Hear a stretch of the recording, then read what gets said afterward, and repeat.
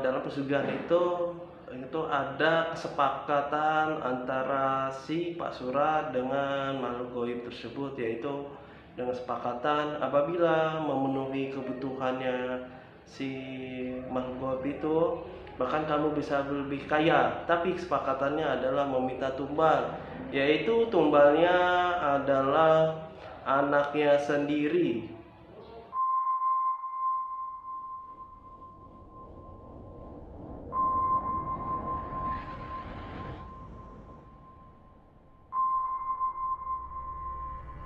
Assalamualaikum warahmatullahi wabarakatuh. Kembali lagi dengan channel ini, yaitu tentang kisah indigo. Yang kali ini saya akan menceritakan banyak mengenai masa-masa sekitar lingkungan saya aja ya, yaitu mengenai kali ini adanya pesugihan, yaitu saya kasih judul pesugihan bakso. Berawal dari cerita masyarakat sekitar, yaitu karena kami saling bercerita bahwa dengan adanya penjualan bakso sekitar tempat kami itu banyak, itu melesat lebih tinggi keadaannya, perekonomiannya juga. Yang dahulunya beliau itu adalah orang yang biasa-biasa saja, bahkan dia sampai dengan bisa lebih diibaratkan dibilang kaya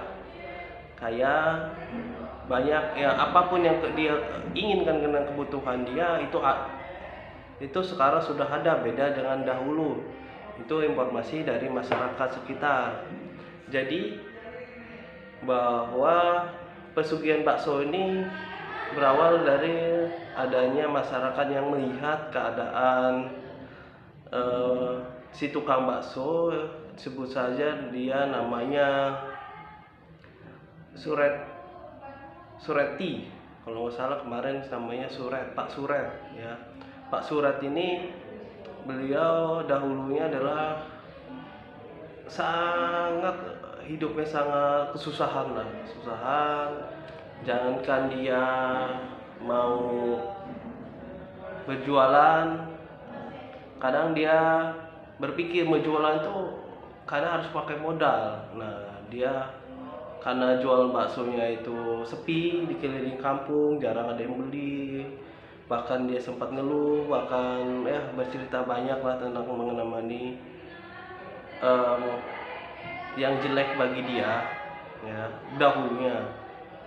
Setelah beberapa tahun kemudian, dari cerita masyarakat tersebut, beliau tiba-tiba, dari kalau nggak salah katanya masyarakat tuh di sekitar 2 tahun itu dia sudah bakso dia sudah sangat ramai. Saya juga ya tidak berpikiran mungkin sudah nasibnya bagaimana kan gitu kan, mengenai kehidupan dia dalam 2 tahun ini. Jadi yang saya lihat itu masyarakat sekitar menanyakan kepada saya, menceritakan bahwa cerita ini bisa nggak dimasukkan dalam kisah-kisah misteri tentang hal-hal yang menarik gitu ya. Sebenarnya sih saya menyukainya. Kembali ke cerita lagi, salah satu warga melihat Pak Surat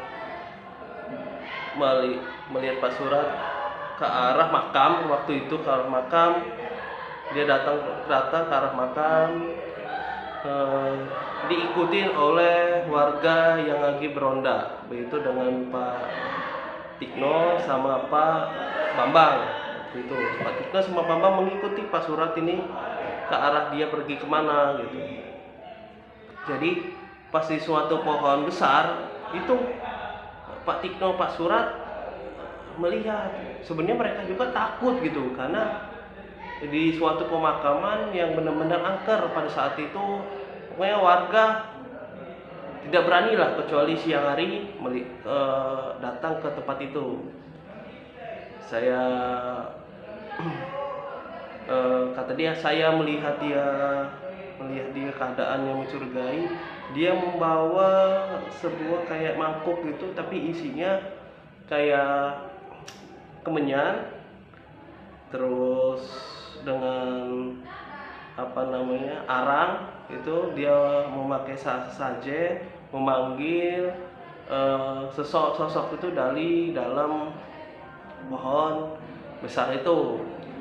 Kemudian di pohon besar itu adalah saya maaf yang ngomong itu adalah seorang tinggi besar, itu kita sebut juga Gandarwo atau Gundurwo atau semacamnya lah yang ini, karena beliau meminta sesajen yang lebih untuk pesugihan lah. Jadi meminta pelarisnya lebih daripada apa yang diinginkan, karena ceritanya beliau sama Pak Surat sama makhluk itu, beliau cerita bahwa si Pak Surat menceritakan pengeluh lah istilahnya kepada si pohon besar itu, bahwa dalam seminggu ini dagangan saya mulai sepi, saya minta tahun ini saya minta tuh dinaikkan lagi rezekinya mengenai pesugihan ini. Nah di situ saya mendengar dalam cerita tersebut minta tumbal, yaitu tumbal itu melalui anaknya. Dalam pesugihan itu ada kesepakatan antara si Pak Surat dengan makhluk goib tersebut, yaitu dengan kesepakatan apabila memenuhi kebutuhannya si makhluk goib itu, bahkan kamu bisa lebih kaya. Tapi kesepakatannya adalah meminta tumbal, yaitu tumbalnya adalah anaknya sendiri.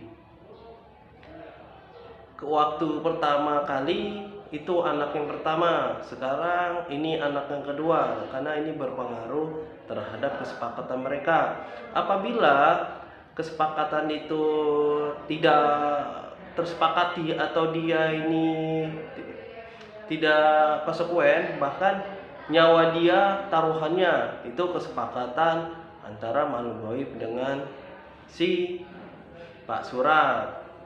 Dan Pak Surat pun menyetujuinya dengan alasan-alasan yang begitu berarti bagi hidupnya, karena Pak Surat ini sudah merasa terlalu diremehkan oleh warga-warga atau warganya, karena merasa susah terus. Akhirnya beliau ini melakukan pesugihan tersebut. Bahkan mulai dari pesugihan itu, masyarakat yang melihat Pak Tikno sama Pak Bambang melihat ini, ya mereka ya pulang lah. Sekalinya buat apa kita melihat itu, cuman mereka sudah tahu.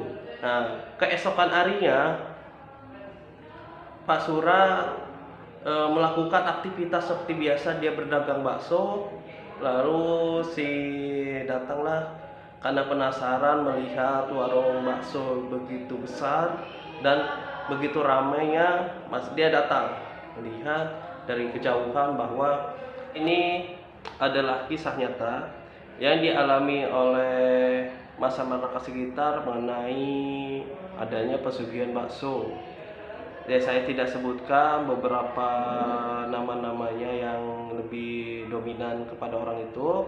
Saya yang mengatasnamakan sebagai ilustrasi saja, sebagai nama-nama bahwa pesugihan itu banyak merugikan untuk kita, apalagi untuk kita di akhirat nanti.